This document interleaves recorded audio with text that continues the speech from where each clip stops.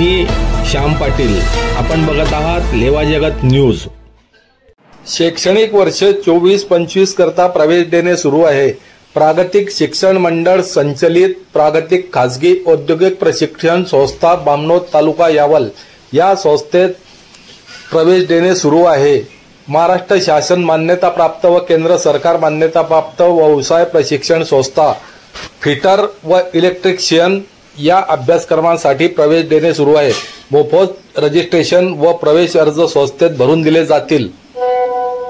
संस्थेचे वैशिष्ट्ये: प्रशस्त क्लासरूम, उज्ज्वल निकालाची परंपरा, प्रदूषण विरहित परिसर, संगणक प्रशिक्षण रूम, विविध कंपन्यांना नियमित भेटी, भव्य क्रीडांगण, अप्रेंटिस सुविधा, विद्यार्थ्यांना भारत स्किल व निमीच्या माध्यमातून ऑनलाईन प्रशिक्षण, अत्याधुनिक शैक्षणिक साहित्य असलेले एकमेव ITI, तज्ज्ञ व्यक्तींची व्याख्याने व मार्गदर्शन, शासकीय नियमानुसार शिष्यवृत्ती उपलब्ध, संपूर्ण परिसर. महाराष्ट्राच्या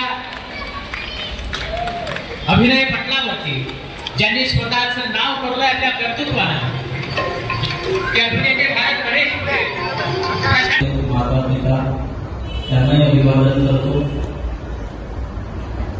उपस्थित सर्व विद्यार्थी जे आज इथे सन्मानार्थी म्हणून आहेत, ज्यांचं कौतुक या ठिकाणी केलं जात आहे आणि मला असं वाटतं कौतुक करण्याची योग्य पद्धत आजच्या या कार्यक्रमातून आपल्याला दिसते आहे. नाहीतर एरवी ज्यांचा सन्मान असतो ते खाली असतात आणि बाकी सगळे मंचावर असतात. पण आज खऱ्या अर्थाने ज्यांचा सन्मान होतोय, विनोद भाऊ आणि मित्रमंडळाने खूप सुनियोजित पद्धतीने त्यांना पण आसन दिलंय, मंचावर बसवलंय. हे अनुकरणीय आहे. हा एक चांगला आपल्या सगळ्यांसाठी संदेश पण आहे. त्यांचा योग्य असा सन्मान केल्याबद्दल, त्यांना योग्य असा आदर आणि स्थान दिल्याबद्दल मी या संपूर्ण आयोजन समितीला मनापासून धन्यवाद देतो आणि ज्यांचा आज या ठिकाणी गुण गौरव आहे त्यांना मी शुभेच्छा देतो. ज्यावेळी आपल्याला शुभेच्छा दिल्या जातात त्यावेळी शुभेच्छांच्या सोबत जबाबदारी सुद्धा दिली जाते.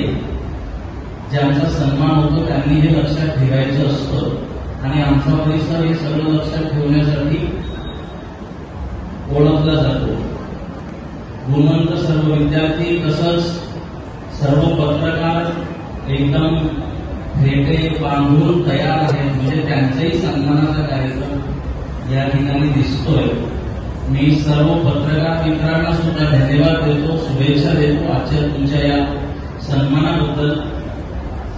कुणाचे गुणाचं कलेचं कौतुक फक्त पेटा बांधून का पुष्पगुच्छ देऊन होत नाही. तसं कलेची किंमतच होत नाही, गुणांची किंमतच होत नाही. परंतु आज या मित्रमंडळाच्या मार्फत सर्वांना एकत्रित करून जो आदर दिला जातोय ते करीत असलेल्या त्या सेवेचं आज कौतुक होत आहे, त्यांचा सन्मान केला जातो आहे.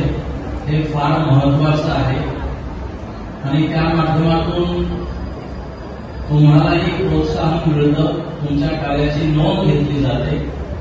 कारण एरवी पत्रकार सगळ्या गोष्टींची नोंद घेत असतात, पण ठराविक लोक असतात जे पत्रकारांची नोंद घेतात. त्यापैकी आजचा एक कार्यक्रम आहे.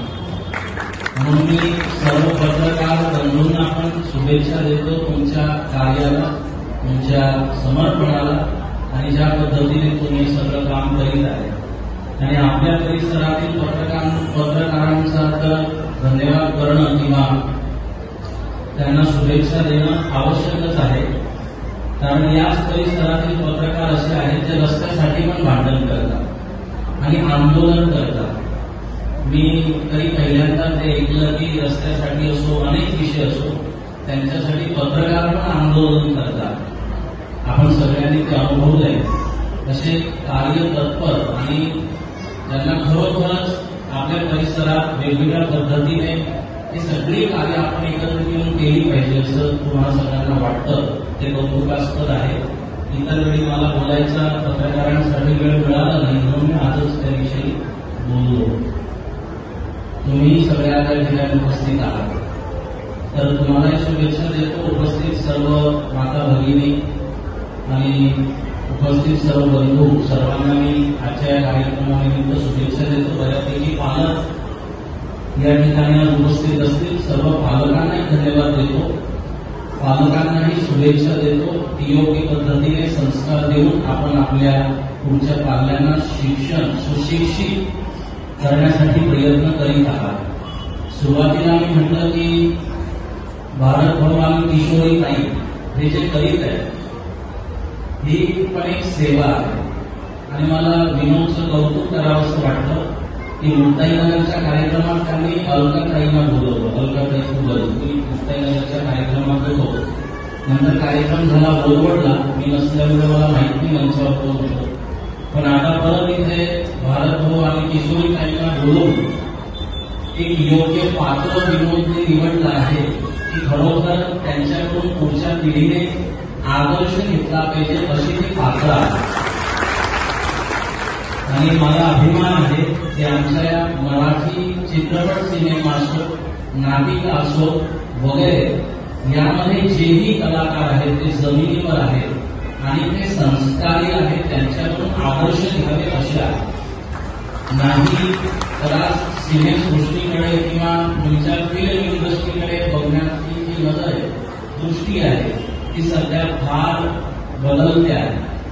परंतु आपल्यासारखे जे कलाकार आहेत ज्यांनी कलेला आपलं परमेश्वर समजलं, कलेची तुम्ही साधना केली साधक म्हणून, तर ते खरोखर आपल्या देशासाठी महाराष्ट्रासाठी आदर्शवत आहे.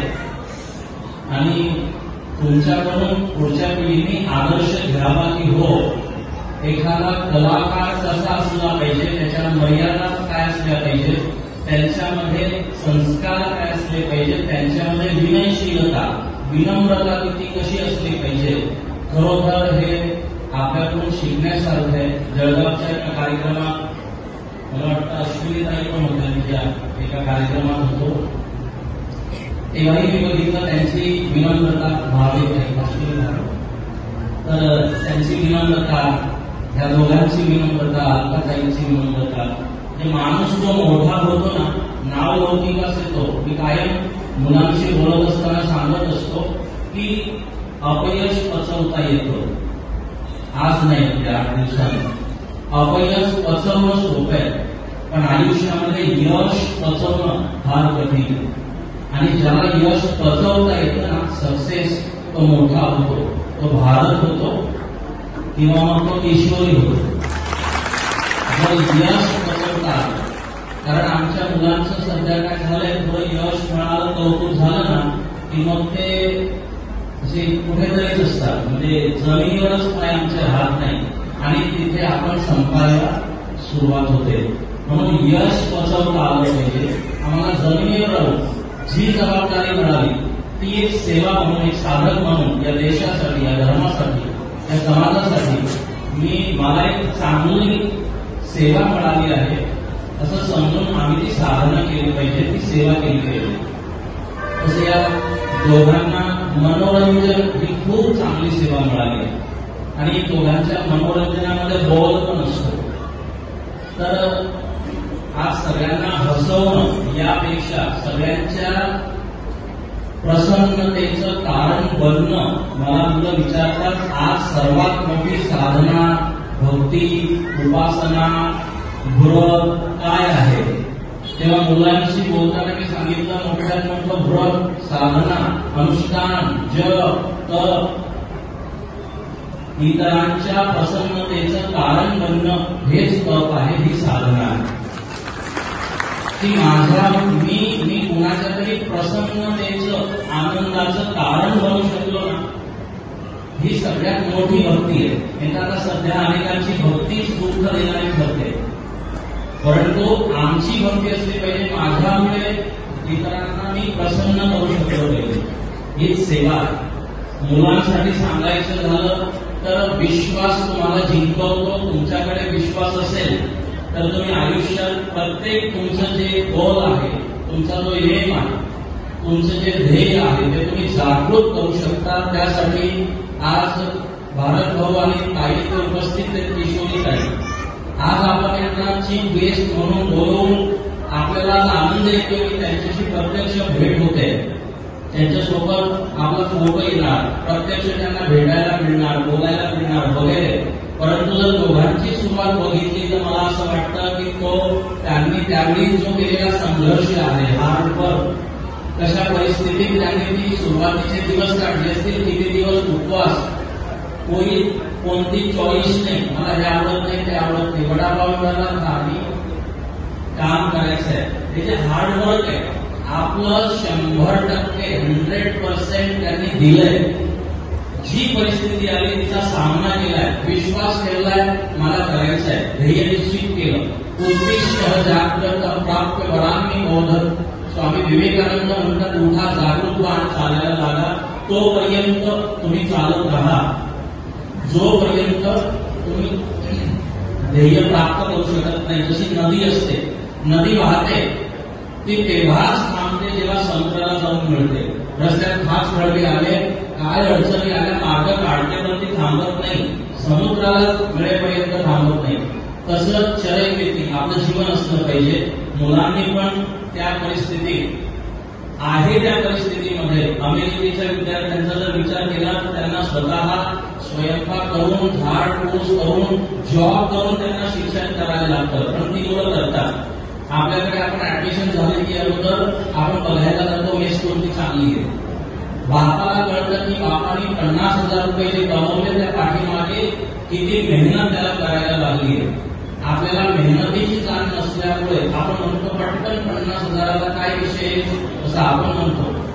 एखाद्या वेळी बापासोबत तुम्ही गेले असाल ना मोबाईल घ्यायला, तर आपलं तर गुगलवर सर्च करून मोबाईल फिक्स असतो मॉडेल, आपण म्हणतो तो 40,000चाच पाहिजे. आणि जर बापाला घ्यायचं झालं तर तो म्हणतो असं 3-3.5 दाखव, मला काय काम आहे, फक्त बोलायचा आवाज आला पाहिजे, माझा आवाज गेला पाहिजे, तो दे. तो आपल्यासाठी 40,000चा घेतो, स्वतःसाठी 3,000 का? त्याला माहिती आहे 40,000 कमवायला किती मेहनत केली. अनावश्यक आहे पैसे खर्च करत नाही, पण आपल्यासाठी तो तडजोड करत नाही. तो बाप असतो, ती आई असते, त्यांच्या मेहनतीची किंमत करा. तुम्ही जेवढा संघर्ष कराल तेवढं तुम्ही मोठं व्हा, जेवढा हार्डवर्क करा, जेवढ्या तुम्हाला अडचणी येतील तेवढं तुम्ही मोठं होणार. विवेकानंद म्हणतात, ज्या दिवशी तुम्हाला अडचण आली नाही त्या दिवशी समजायचं रस्ता चुकला, कारण योग्य रस्त्यानेच अडचणी येतात. विश्वास तुमचा पक्का असला पाहिजे, फळ तुम्हाला आहे, निश्चय असला त्याला फळ परमात्मा देतो. पावसाचे दिवस होते पण पाऊस पडत नाही, म्हणून गावकऱ्यांनी ठरवलं सोपऱ्यांनी सोबत यायचं, सामूहिक प्रार्थना करायची म्हणजे पाऊस पडेल. प्रत्येकाला गरज आहे, सर्व संप्रदाय, जात, समाज सगळ्या लोकांनी चौकात आले, हा सामूहिक प्रार्थना करायची, पाऊस झालाच पाहिजे परमेश्वराला. सगळे चौकात गावाच्या जमा झाले, कुणीच गावात नाही. एक लहानसा मुलगा आला संमिलित व्हायला, तो छत्री घेऊन आला. त्याला छत्री घेऊन येताना बघितलं आणि सगळं गाव हसायला लागलं.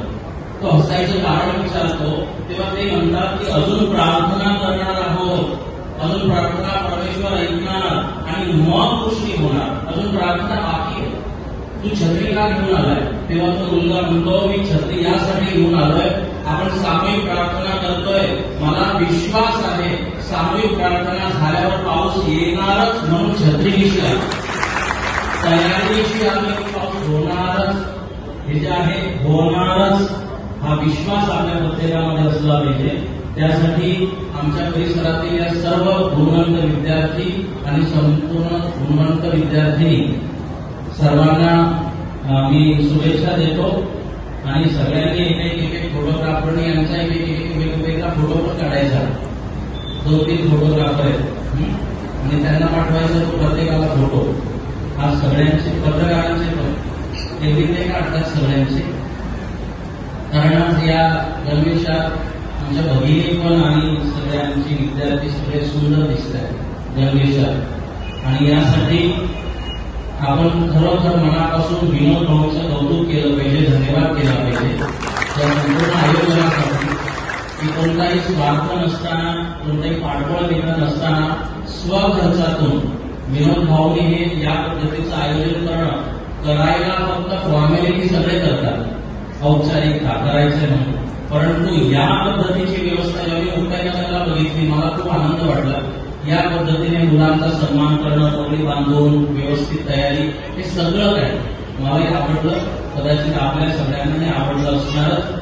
यासाठी विनोद आणि प्रमोद या दोघंही भावंडांना आपण आशीर्वाद देऊया, शुभेच्छा देऊया परमेश्वराकडे. त्यांच्या उज्ज्वल भवितव्यासाठी, त्यांच्या दीर्घायुष्यासाठी, निरामय आयुष्यासाठी या परिवाराच्या आपण परमेश्वराकडे प्रार्थना करूया. सर्वांना मी धन्यवाद देतो. आणि आज मी प्रयत्न करत असतो माझ्याकडून कोणतीही चूक होता कामा नये, कारण मी केलेल्या चुकीचं हा परिसर अनुकरण करतो असं मला वाटतं, म्हणून मी चूक होऊ देत नाही. परंतु आज मी सर्वांच्या आधी बोलून इथून जातो आहे प्रोटोकॉल चा भंग करून, कारण की मला तसं सकाळीच निघायचं होतं पंढरपूर. उद्या परवा तिथे कार्यक्रम आहे. दरवर्षी मी जात नाही, पण यावर्षी कार्यक्रम असल्याने जायचं आहे. उद्या सकाळी 9ला कार्यक्रम आहे. पण मग विनोद भाऊची ऑर्डर होती की दीप प्रज्वलन करून जा, बरोबर मला माहिती झाली, म्हणजे मी घरी करणारच नाही. तर मी पंढरपूरला जायचं असल्यामुळे भारत भाऊ आणि किशोरीताईंची अनुमती घेतो. परत परत मी या परिसरामध्ये येत राहावं अशी मी अपेक्षा व्यक्त करतो. दोघांचं या परिसरात स्वागत. मला सर्वांना येत आयोग्य शुभेच्छा.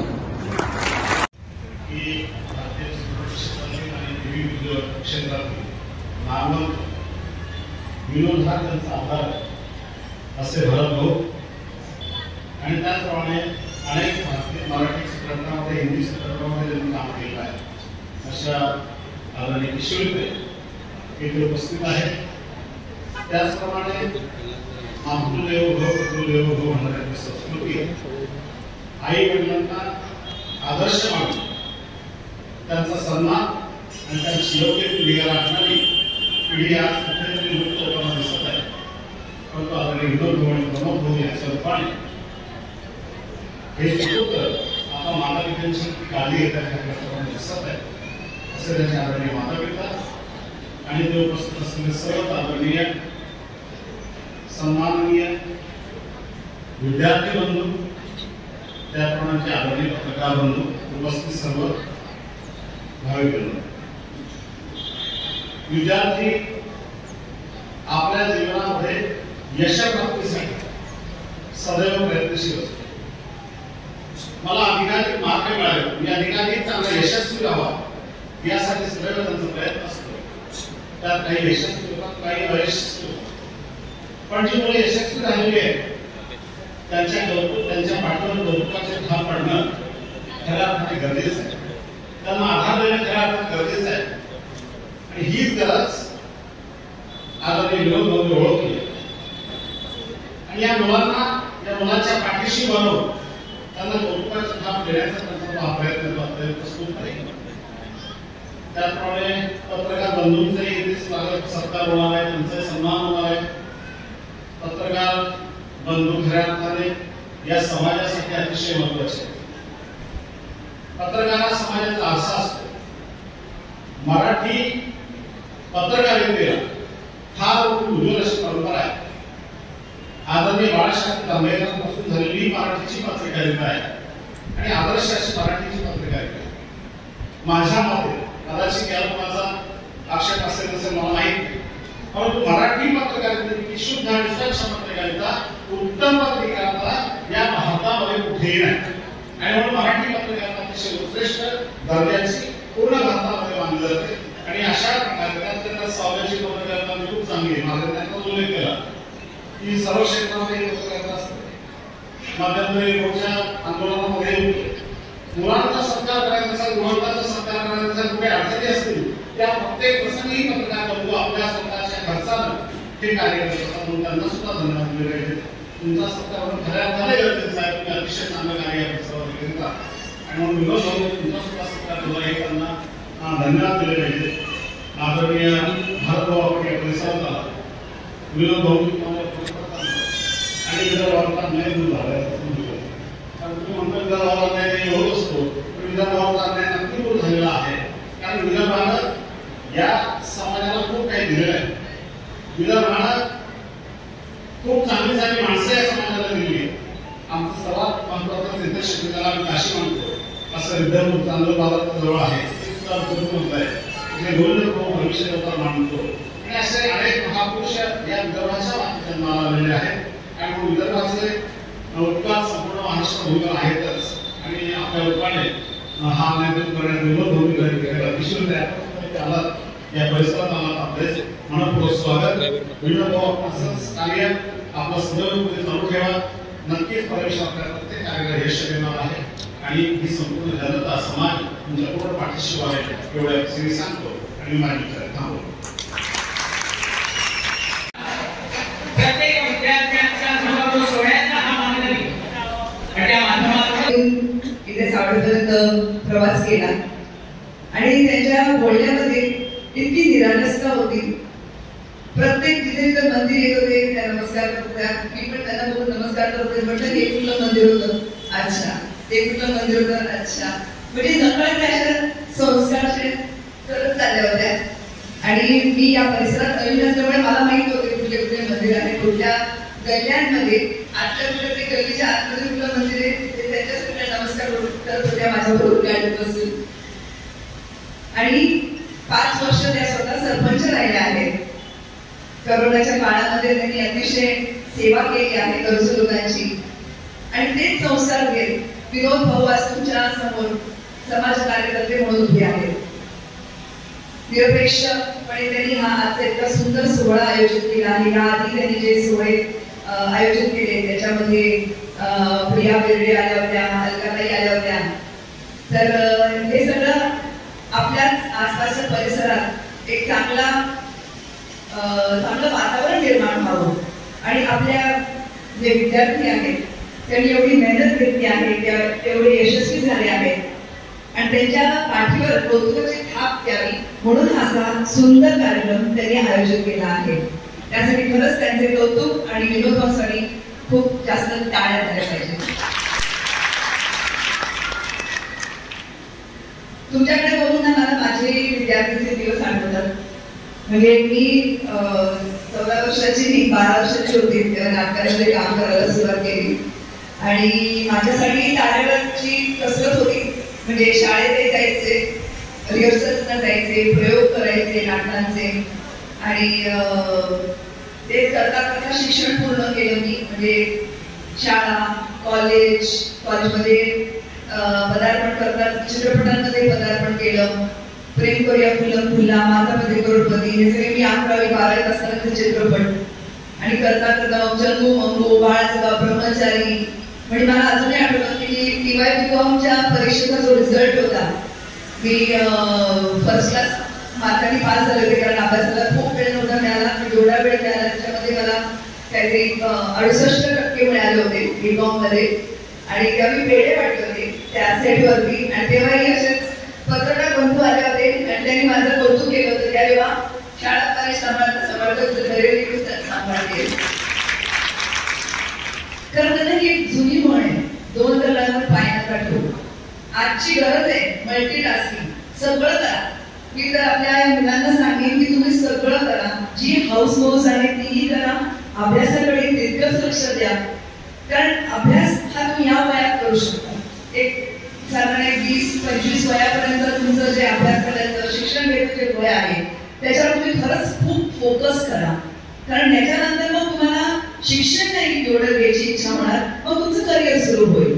तर मला तेच म्हणायचं आहे की मी मॅनेज करू शकले कारण माझे प्रोफेसर तेवढे मला सपोर्ट करत होते. माझ्या शाळा कॉलेजमध्ये मला तेवढी परमिशन्स मिळत होते. प्रिन्सिपल मला सांगायचे की बरं तू कॉलेज अटेंड नको करूस, फक्त परीक्षा दे. असं करत करत त्याच वेळेमध्ये मी माझं शिक्षणही पूर्ण केलं, करिअरही केले. आता प्रत्येकाचा प्रवास हा वेगळा असतो. कोणाला किती संधी मिळते, कोणाला किती सपोर्ट मिळतो ते स्वतःच्या परिस्थितीवरती अवलंबून असतं आणि त्याच्यावरती तुम्ही गंभीरपणे विचार करा आपण काय करायला पाहिजे आणि खूप फोकस करून अभ्यासावरती तर निश्चित लक्ष द्या कारण आज जो तुमचा गुणगौरव होत आहे तो तुमच्या अभ्यासाच्या मेहनतीच्या साठीच होत आहे आणि मला वाटतं तो तुमचा एकटा आहे आणि ते तुम्ही नक्कीच चालू ठेवा. आणि मला असं वाटतं की आता जे युग आहे ना ते जितक्या लवकर आपण आयुष्य सुरू करू ते युग आहे कारण भरपूर कॉम्पिटिशन आहे. म्हणजे आपण आपल्या इथे गुणगौरव करत आहोत ह्याच्या पुढे आपल्याला पुढच्या नवीन विश्वामध्ये पदार्पण करायचं आहे. तिथेही जाऊन आपल्याला खूप सुंदर सिद्ध करायचं आहे आणि आपल्यामध्ये तो आत्मविश्वास असला पाहिजे. आपण आपल्या आत्मविश्वासाच्या बळावरती खूप यश प्राप्त करू शकतो. माझ्याकडे फक्त आत्मविश्वास होता की मी हे पण करेन ते पण करेन. माझ्या आई वडिलांना मी तो आत्मविश्वास दिला होता की मी अभ्यासही करेन आणि करिअरही करेन. तर त्या काळी जर मी अभ्यासाकडे दुर्लक्ष करून फक्त ऍक्टिंग केलं असतं तर माझ्या आई वडिलांनी सांगितलं असतं बाबा पुढे करा तुझं पुढे शिक्षण. कारण मी पण एक मध्यमवर्गीय मुलगी आहे तर मलाही त्यांनी तसं अजिबात त्यांनी परमिशन दिली नसती. तर निश्चित अभ्यास गरजेचा आहे, शिक्षण गरजेचं आहे आणि आता जे सोशल मीडियाचं एवढं युग आहे खरंच तुम्हाला त्यांना कदाचित खूप आमिष असतील टाइमपास करण्यासाठी इतर गोष्टी बघण्यासाठी, पण तुम्ही ते जे सोशल मीडिया आहे गुगल आहे त्याचा वापर तुम्ही स्वतःच्या फायद्यासाठी करा. प्रोडक्टिव्हिटी खूप महत्वाची आहे, एवढं लक्षात ठेवा. आपलं वय आपल्या हातातून सटकत नाही गेलं पाहिजे. प्रत्येक दिवस महत्वाचा असतो, प्रत्येक मिनिट महत्वाचा असतो आणि प्रत्येक मिनिटाचा तितकाच तुम्ही फायदा करून घ्या. कुठलाही मिनिट वेस्ट करू नका कारण वेळ ज्या जाते त्या परत येत नाही. त्यामुळे तुम्हाला त्या वेळेचा फायदा घ्यायचा आहे. आणि आज जर गुगल आहे, सोशल मीडिया आहे, जे पण आहे त्याचा तुम्ही स्वतःसाठी स्वतःच्या ग्रोथसाठी कसा वापर करू शकता त्याचा विचार करा. इतरांच्या कॉम्पिटिशन मध्ये जायची गरज नाहीये, तुम्ही स्वतःशी कॉम्पिट करा. म्हणजे आज आता मी विचार करेन की जर मी एक सिरियल करते तर मी 2 सिरियल कसे करू शकेन, मी 2 सिनेमे करते तर 4 सिनेमे कसे करू शकेन, हे मी माझ्याशीच कॉम्पिटिशन करत असते. तर मला वाटतं की तुम्ही सगळ्यांनी तसंच केलं पाहिजे. खरं तर बिग बॉस मध्ये मी जेव्हा होते, बिग बॉस पाहिला असेल कदाचित कोणी पाहिला की नाही माझं सीझन, तर त्याच्यामध्ये माझे हजबंड माझे मिस्टर माझा मुलगा म्हणाले अरे तू तर काही भांडण बिंडण करत नाहीस, तू कशाला जातेस बिग बॉस मध्ये, बिग बॉस म्हणजे पूर्ण भांडण करावं लागतं. आणि मी म्हटलं मी कॉम्पिटिशन खेळणार आहे, जे त्यांचे टास्क असतील त्याच्यामध्ये मी जोर लावेल आणि त्या माझ्या जे एकटे आहेत ते मी वापरेन. माझ्यामध्ये पेशन्स आहे, माझ्यामध्ये स्पोर्ट्समॅनशिप स्पिरिट आहे. या सगळ्या गोष्टींचा वापर करून मी ते करेन. म्हणजे मी भांडकुदळ नाहीये म्हणून त्या बिग बॉससाठी मी भांडण करावं असं मला वाटत नव्हतं. मी म्हटलं माझे मी मार्ग वेगळे काढेन आणि लोकांची लोकप्रियता मिळेल. आणि ते खरंच तसं झालं. जे आपल्याकडे गुण आहेत ना ते आपण वापरले पाहिजेत आपल्या स्वतःच्या भल्यासाठी. आणि तसं करून मी बिग बॉस मध्ये फायनलिस्ट होते आणि लोकप्रियता मला मिळाली. तर तसं जसं घूम एक सिके प्यार में ही सगळ्यांनी ऑलमोस्ट बघितलेली सिरियल आहे. त्यात माझा एक छान डायलॉग होता. काय डायलॉग होता? मस्त मस्त. मला खरंच ते खूप असं मस्त मस्त वाटतंय. आणि आता एक न्यू सिरियल आहे कैसे मुझे दो मिल गए झी टीव्ही वरती, तर तीही तुम्ही आवर्जून पहा. ती खूप सुंदर सिरियल आहे, रोज रात्री 10 वाजता येते. आणि आजही माझे मिस्टर आहेत दीपक बलराज वेश आणि माझा मुलगा आहे बॉबी वेश, तोही याच क्षेत्रात येत आहे. त्यालाही तोही ऍक्टिंगच्या क्षेत्रात येत आहे. पण त्यासाठी आता तो लहानपणापासून त्याने त्याची ट्रेनिंग केली आहे. म्हणजे आपण ना आपला एम मोठा ठेवला पाहिजे. जर चांगला एम असेल त्याच्या दिशेने आपण धावलं पाहिजे. आता जे आपल्या जबाबदाऱ्या आहेत तेही आपण पूर्ण करत राहिलं पाहिजे. तर असं करत करत आता बॉबी विजय ह्या क्षेत्रात पदार्पण करतोय. तो BMS झाला. BMS मध्ये त्याला O लेवल्स ने त्याला मार्क मिळाले. O लेवल्स म्हणजे ABC च्याही वरती ग्रेड असतो, हा O ग्रेड असतो, तो त्याला मिळाला आणि आता तो या क्षेत्रात येत आहे. तर अभ्यास महत्वाचा आणि इतर तुमचे काही पण तुम्हाला करिअर करायचे असतील तेही महत्वाचे आहेत. तर तुम्हाला सगळ्यांना खूप खूप शुभेच्छा. विनोद भाऊ तुम्ही हा इतका सुंदर कार्यक्रम आयोजित केला योगराज फाउंडेशन मार्फत आणि सगळ्यांना इथं बोलवलं, मला बोलवलं, त्याबद्दल मी तुमचे खरंच अक्षरशः आभारी आहे. आणि मला परत सावड्याला यायला आवडेल. हे बनाना सिटी जे आहे ते आतापर्यंत अजून केळ खाल्लेलं नाहीये. मला प्लीज केळ खायचं आहे मला इथे जाण्यापूर्वी आणि त्याचे चिप्सही खायचे आहेत जाण्यापूर्वी. धावपळीचा आहे माझा जरा हा प्रवास, पण निश्चित मला खूप आनंद वाटतो तुम्हाला सगळ्यांना भेटून. खूप छान ऑडियन्स आहात तुम्ही सगळे, इतके छान म्हणजे तुम्ही ऐकताय. मला खूप मजा आहे तुमच्याशी गप्पा मारताना. तर तुमच्या सगळ्यांना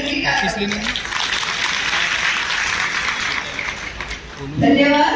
आणि असंच चांगलं काम करणाऱ्या विनोद भाऊंना, प्रमोद भाऊंना त्यांच्या मित्रपरिवाराला त्याला तुम्ही सपोर्ट करा आणि तेही असे छान छान कार्यक्रम करत राहतील. तुम्हाला सगळ्या विद्यार्थ्यांना शुभेच्छा. मस्त करा आणि सावळेचं नाव एकदम जगाच्या नकाशावरती चमकलं पाहिजे. काय राव, हो की नाही? चल, थँक्यू, धन्यवाद. जय महाराष्ट्र.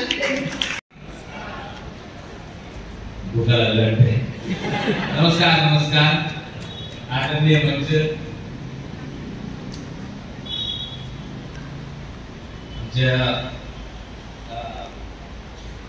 विनोद भाऊ जे माता पिता किशोरीताई, विनोद भाऊ, स्वामीजी आणि हे आमचे नाही आवाज येतो ना? हा, ठीक आहे.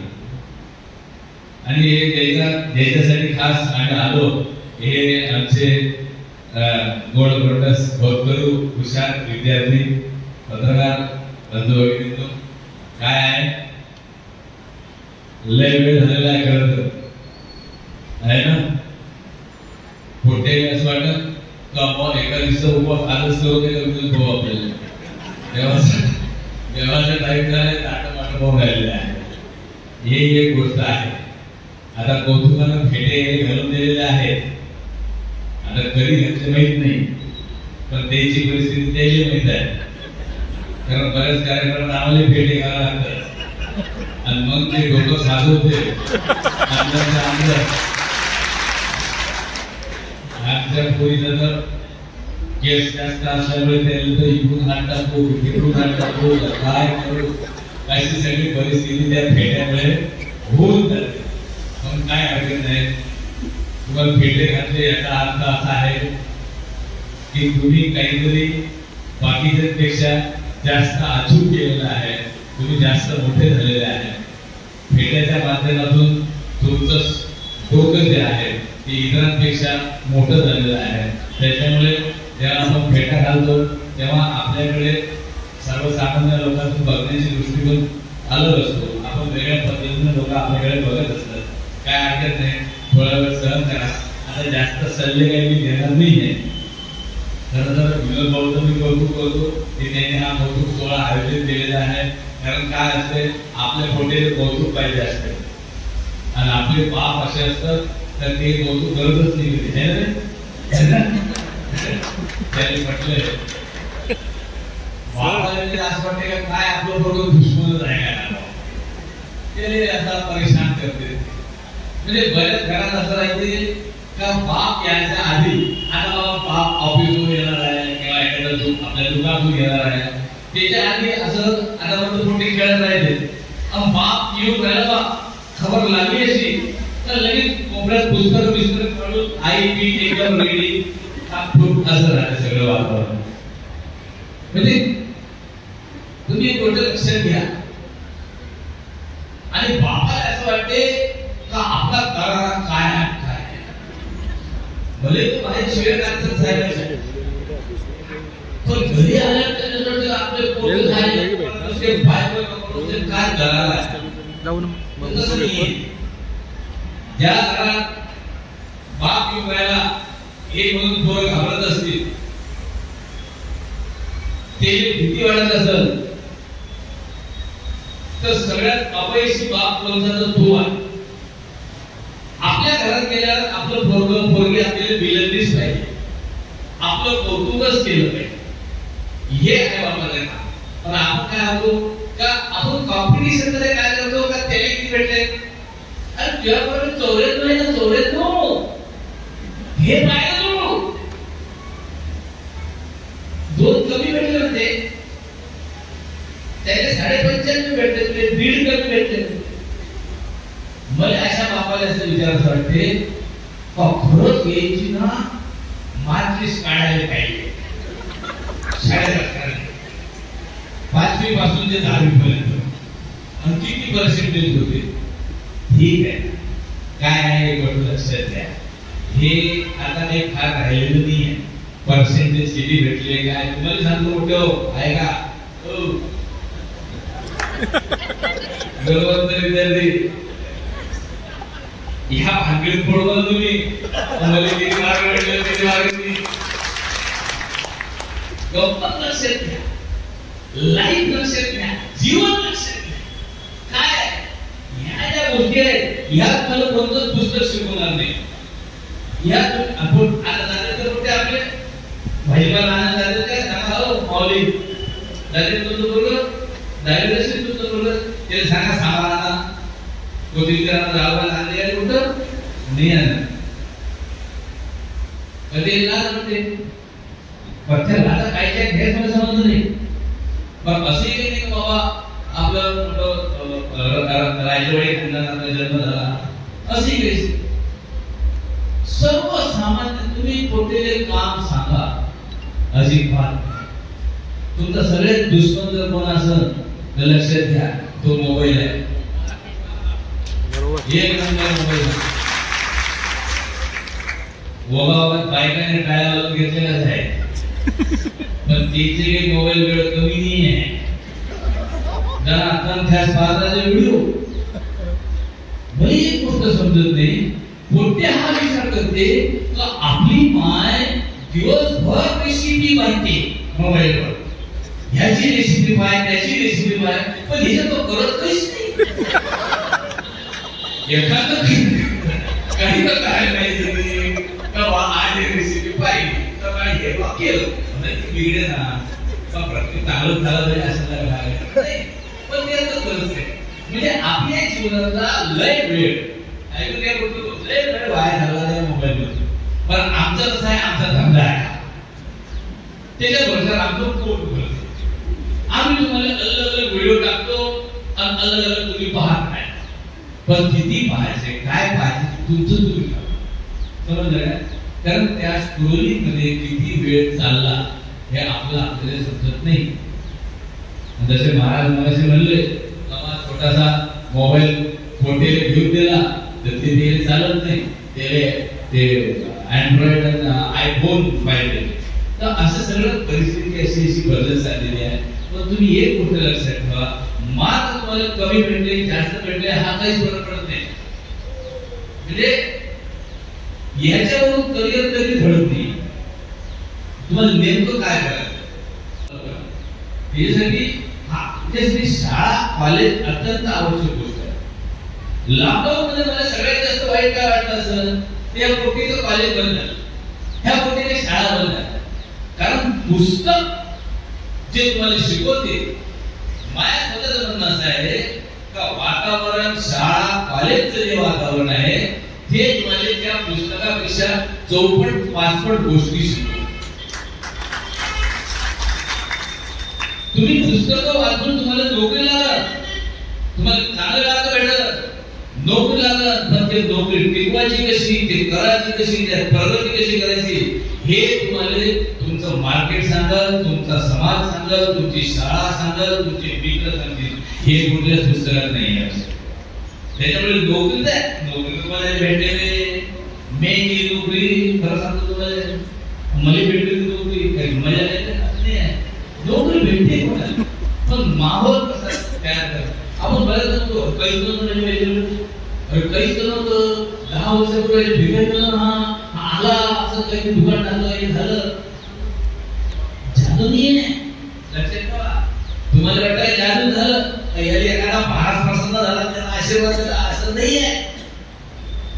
ते तुम्हाला दिवस रात्र जागून दिवस रात्र त्याच्या डोकं घालून ते कार्यक्रम तो पाडायला लागते त्याच्याशिवाय काही पर्याय नाही. भाऊ मला असं वाटत मला जादू नव्हते जादू होत नाही.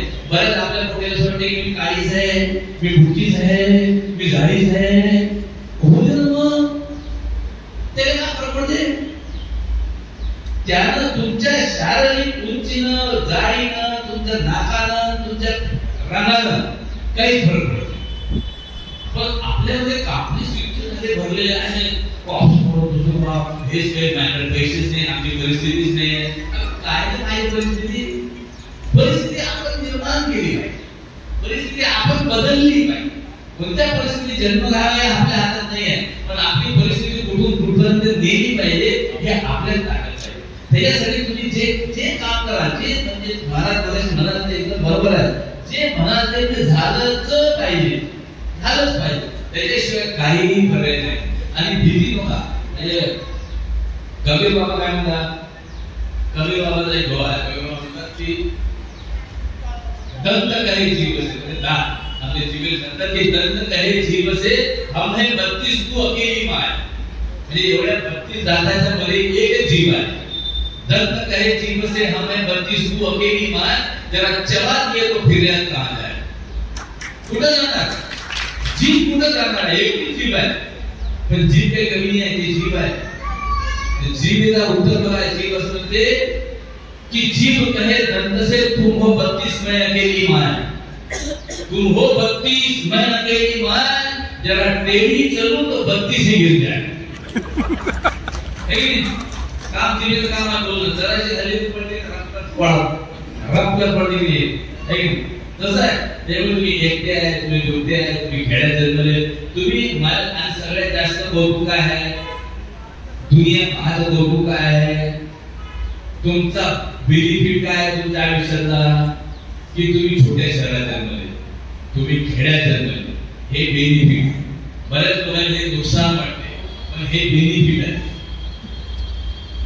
तुम्हाला गाव माहित आहे तुम्हाला तालुका माहित आहे तुम्हाला शहर माहित आहे तुम्हाला सिटी माहित आहे मेगा सिटी माहित आहे मेगा सिटीच्या माणसाले त्या मुलाला गाव माहिती नाही त्याला समजत नाही बैल कसे दुभाव कसे आणाव काय आणाव कारण आता मार्केट जे आहे हे सोडून द्या तुम्ही सरकार सोडून द्या हे मोठी गोष्ट नाही आहे मार्केटकडे लक्ष द्या मार्केट पुढे चाललंय आता हे जे मोठे लोक आहेत हे सगळे तुमच्या खेड्याकडे येऊन राहिलेले आहे हे मार्केट इकडे येऊन राहिलेलं आहे हे इकडे मार्केटिंग करून राहिलेलं आहे हे तुम्हाला आता समजायला की आंबे झाड लावा इतके हे झाड लावा हे झाड लावा हे तुमच्या शेतात येऊन तुम्हाला सांगून राहिलेले आहे म्हणजे मार्केट आता जे आतापर्यंत आपण कामधंद्यासाठी शहरात जात होतो ते आता शहरातले लोक कामधंद्यासाठी आपल्या गावात येऊन राहिलेले आहेत हे मोठी गोष्ट आहे हे तुम्ही लक्ष द्या तुम्ही आता तुमचा हे वय आहे ह्या वयात आता तुम्हाला ते त्या दृष्टीने बघणं गरजेचं आहे बाकी तो सरकार वर्कर तो होते रहेंगे लोग जैसे लोग करते रहेंगे वो उनका काम है वो उनकी जिद है कि अपने बच्चों का कौतुक करो लेकिन तुम्ही आता लक्ष ठेवा मार्केट आता काय होत राहिलं कुठून कुठं चालली आहे आता शेअर मार्केटवर आपल्याला काहीच माहित नाही महिन्या बघते महिन्या तुले मग कोणत्या दहावीला आपल्याला ना मग काय याच्याबद्दल आपण विचारच करत नाही शेअर मार्केट काय आहे पण हे कसं होते पैसे कसे कुठून जाते आपल्याला फक्त एवढंच माहिती आहे त्या शेअर मार्केट मध्ये आपण डुबतो इन्व्हेस्टमेंटचं काय प्लॅनिंग आहे कसं करणार हे वय आहे हे तुम्ही शिकवा तुम्ही त्या मोबाईल मध्ये झाले दिवसभर तुम्ही आमचे फिरत तर पाच पहा म्हणजे आमचं कुठे फोन आहे मला बाहेर गाठलं करते आणि घरी खाली मागे तसं नाही ते तुम्ही पाच पहा पण अजून ह्या गोष्टीला पण अभ्यास करा की काय आहे कसं होते कुठे पैसे कमवतात ना ह्या याच्यावरती आपल्या रील बिल त्याचे पैसे कमवतात मार्केट किती मोठं झालेलं आहे ते पहा त्या दृष्टिकोनातून विचार करा त्या दृष्टिकोनातून प्रवास करा आणि मग जे आनंद आपल्या जीवनात आहे तो आहे कुठे काही जीवनाकडे मारू नका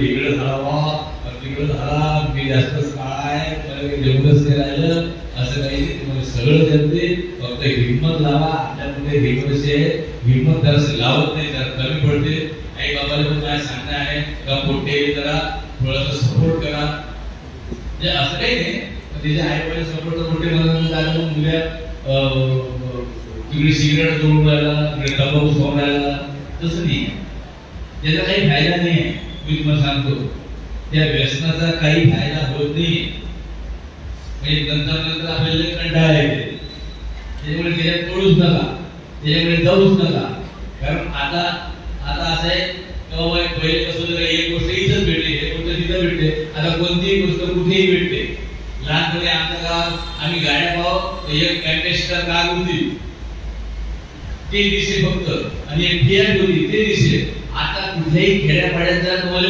विविध क्वालिटीच्या गाड्या दिसतात त्याच्याकडे आता काही दुरी राहिलेली नाही काही राहिलेलं नाही आता फक्त नजर ठेवणे एवढाच एक कार्यक्रम शिल्लक राहिलेला आहे की नजर तुम्ही ठेवा आज तसा तुमचा सत्कार झाला असा अनेक दिवस वर्षानुवर्ष तुमचा सत्कार होत नाही आणि त्या सत्कार झाल्यानंतर तुम्ही काय म्हणतात ते आपली मन आहे की उठू नये मातू नये घेतला वसा टाकू नये. आज तुम्ही बसा घेतला तसा टाकू नका. आणि दुसरी गोष्ट अशी एक शेवटची गोष्ट सांगतो, कार्यक्रम संपवतो. मी जेवण लागला प्रेमात पडू नका. म्हणजे कुठल्याही गोष्टीच्या प्रेमात पडू नका. म्हणजे तुमच्या हातून चांगली कविता झाली असेल, तुम्ही चांगलं पुस्तक लिहिलं असेल, तुम्ही चांगला अभिनय केला असेल, तुम्ही चांगलं पेंटिंग केलं असेल, तुम्ही चांगले मार्क मिळवलं असेल, म्हणजे ज्या ज्या गोष्टीसाठी तुमची समाजात वाहवा झाली, तुमचा सत्कार केला गेला, तुम्हाला लोकांना कॉंग्रॅच्युलेशन म्हटलं, ह्या कुठल्याच गोष्टीच्या प्रेमात पडू नका. कारण आता वय तुमचं प्रेमात पडले की काय होते की समजा तुम्ही एखादं एक चांगलं चित्र काढलं, त्या चित्राच्या जर तुम्ही प्रेमात पडले तर तुम्ही काय करणार की ते चित्रच पाहत राहणार. तर ह्या चित्रात मला बक्षीस भेटलं, तालुका लेवलवर जिल्हा लेवलवर ह्या चित्रात मला बक्षीस भेटलं, मग पुढच्या आयुष्यात तुम्ही दुसरं चित्र काढू शकत नाही. तुम्हाला पुढे जायचं असेल, प्रगती करायचं, हा सत्कार झाला, ओके विनोद भाई थँक्यू, तुम्ही सत्कार केला, जयरामजी थांबू नका. इथं जर थांबले, ह्या सत्कारात थांबले तर हा शेवटचा सत्कार असेल तुमचा शेवटचा सत्कार करून घ्यायचा तुम्हाला. हा शेवटचा सत्कार वाटते तुम्हाला, तो जर नसेल करायला तर थांबू नका. ह्या सत्काराच्या प्रेमात पडू नका. जे जे कार्य तुमच्या हातून होईल ते कार्य आणि त्याच्यासाठी तुम्हाला वाहवा करायचं, त्या कुठल्याच गोष्टीच्या प्रेमात न पडता वाहत राहा, नदीसारखे वाहत राहा. जे जे होईल ते पाहत राहा, मजा घेत राहा. जीवन एवढं कठीण नाही आहे, एवढं आपण कठीण समजतो, ते एकदम गोड आहे, सुंदर आहे. फक्त त्याच्याकडे हसण्याचं पहा, नाही तर आपण इतके परेशानीत पाहिजो कसं ते आपल्याला दिसणं हसण्याचं नाही. परेशानी आहे, नाही असं नाही आहे, माझ्याकडे असं म्हणणं नाही, तुम्हाला आहे, मला सगळे परेशानी आहे, पण ते जरा वेगळ्या ऐकायला बघा, वेगळ्या नजरेनं बघा. आई बाबा सांगतो, खोटे सांगतो, मजा घ्या आणि खुश राहा. तिकडे ताटवायलेलं आहे, जेवण करून घ्या. उद्याचे जबाबदार नागरिक या भारताचे, या समाजाचे आणि त्यांच्या पाठीवर कौतुकाची थाप देण्याचा आजचा हा गोड आणि सुंदर असा कार्यक्रम. आणि आजच्या या कार्यक्रमाच्या निमित्तानं